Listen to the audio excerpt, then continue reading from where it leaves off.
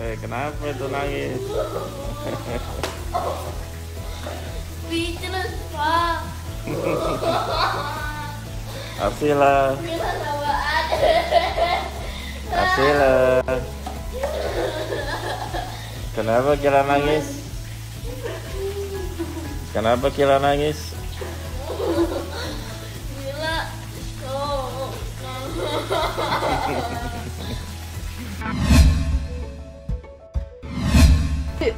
Kalau aku sama suami itu sekarang sepakatnya itu kita nambah, tunggu sampai Arielanya minta. Kalau Arielanya minta, mami, papi, Ariela mau baby gitu kan, Ariela mau adik gitu kan. Oke, gitu. Tapi kalau karena kalau maksudnya aku pikir kalau Ariela sudah mengerti konsep punya adik, rasanya sih nggak akan terlalu sulit untuk membuat dia itu lebih mengerti gitu loh. Artinya kan namanya anak Ariel kan dia ini kan sendiri gitu, jadi kan di rumah ini jadi matahari lah ibaratnya gitu kan dia takut. Nah kalau tiba-tiba aku nanti hamil dan dia belum ngerti konsep adik, dia jadi menolak kehadiran ini anak gitu loh. Jadi respon pertama aku takut dia tuh nolak dulu, nggak mau dulu gitu. Jadi aku pikir at least mungkin aku mau harus mengajarkan dia, atau at least dia harus mengenal dulu nih kayak apa gitu kan, supaya makanya kalau aku berharap dia mau sendiri kan dia akan semangat banget tuh nunggu kelahiran si adiknya ini nanti gitu. Dulu sih ada Mbak, dulu waktu sebelum nikah itu kan maunya punya anaknya 2, habis itu juga jadi dia nanti jadinya 1,5 sampai 2 lah ada hamil lagi gitu kan, tapi ternyata tidak semudah itu ya Bun. Jadi ternyata ngurus anak itu tuh aduh, tantangannya itu luar biasa gitu loh. Jadi ya anak itu bukan cuma mengandung, habis itu dilahirin aja, tapi tanggung jawabnya itu yang ngerawat dia, membesarkan dia, mendidik dia. Mendidik itu juga banyak hal gitu kan, dari ngajarin dia bagaimana cara makan, bagaimana cara menggunakan toilet gitu kan, bagaimana cara mengenalkan tata krama, belum lagi belajar bicara. Banyak hal sih Mbak, jadi satu anak tuh juga sudah menguras tenaga yang luar biasa gitu loh. Jadi makanya kalau ditanya sekarang, dan karena aku orang ini perfection gitu, kayaknya kalaupun gue mau anak kedua, pertama mentalku harus siap dulu sih. Lucu Mbak, lucu, gemes, dia juga tumbuh kembangnya sangat baik. Terus apalagi ya, aktif banget, cerewet, juga banyak ngomong mamanya ya. terus rasa ingin tahu, waduh, itu serah dia aja deh gitu. Anaknya mau ya monggo, nanti saya cuma tinggal membantu dia mengarahkan saja. Terus apa ya, perkembangan Ariela sih pasti itu tumbuh kembangnya bagus, dia juga pinter anaknya gitu loh. Rasa ingin tahu juga tinggi, cuma ya memang PR terbesarnya adalah karena situasi pandemi seperti ini, aku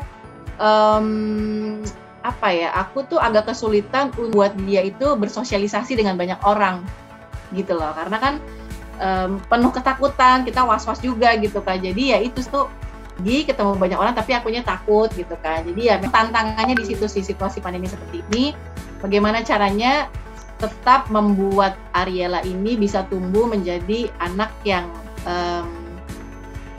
kalau maksudnya memiliki jiwa sosial tuh yang tinggi gitu loh. Kalau ketemu orang tuh jangan dikit-dikit takut gitu. Jadi ya mulai membiasakan dia lah untuk bersosialisasi gitu, ketemu dengan banyak orang.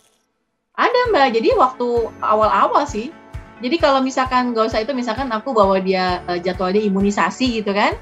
Misalkan aku bawa waktu di awal-awal gitu, aku bawa dia ke rumah sakit, baru sampai lobby gitu ya, atau misalnya ketemu sama security kan selalu ada yang nembak suhu dulu gitu kan, itu biasanya dia langsung nangis takut gitu kan. Tapi makin kesini ini mulai dibiasain, akhirnya dia kita kasih pengertian gitu bahwa ya nggak apa-apa, bahwa manusia di dunia ini tuh bukan cuma mama papa mami papi doang gitu kan, tapi ada banyak orang di sini gitu loh. Jadi ya mulai dibiasain aja sih pelan-pelan.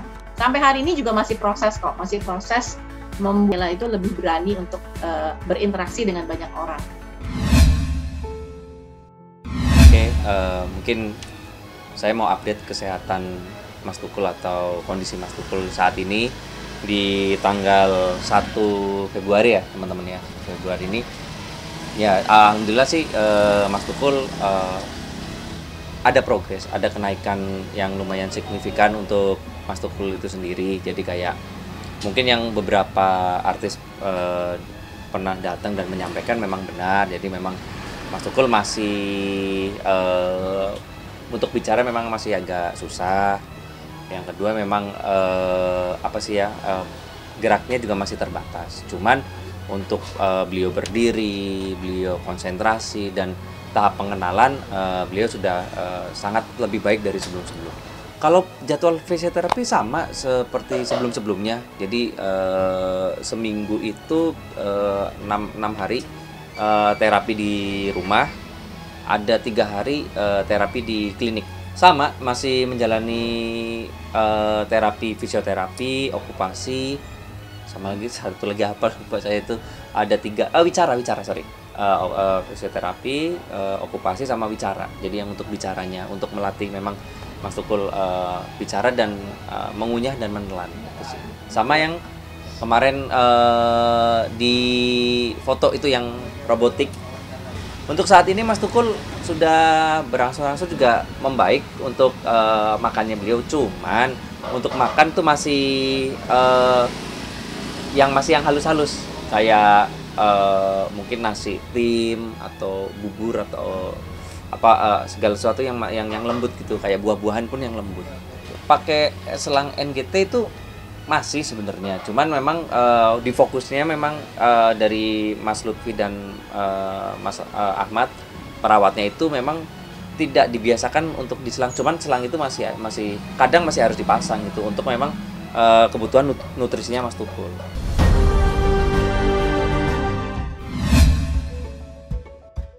Yang apalagi ada video yang maaf ya meramal gitu ya, terus dengan spesifikasi sangat menjurus mungkin ya kalau dibilang ya ke situ, tapi nah itu sampai saya ngobrol ke kalau Kakak Vita dan Jovan mah cuek aja lah, biarin lah, nggak usah diurusin gitu.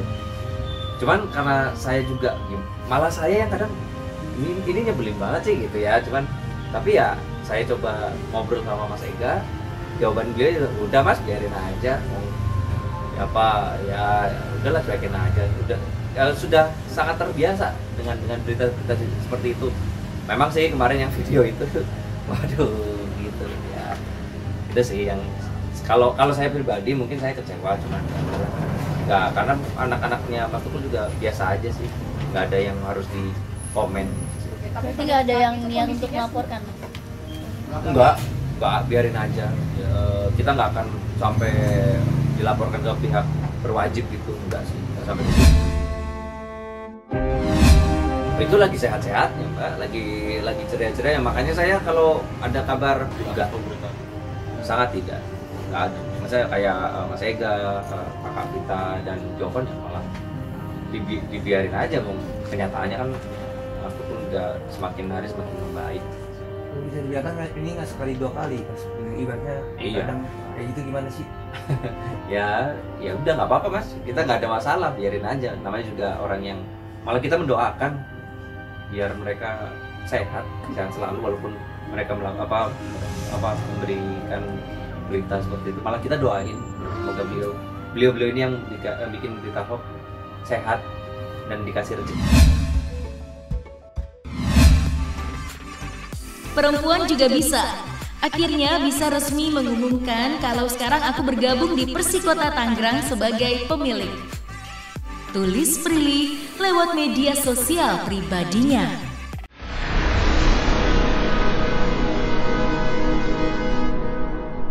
Jadi jangan lupa untuk subscribe Cumi Cumi.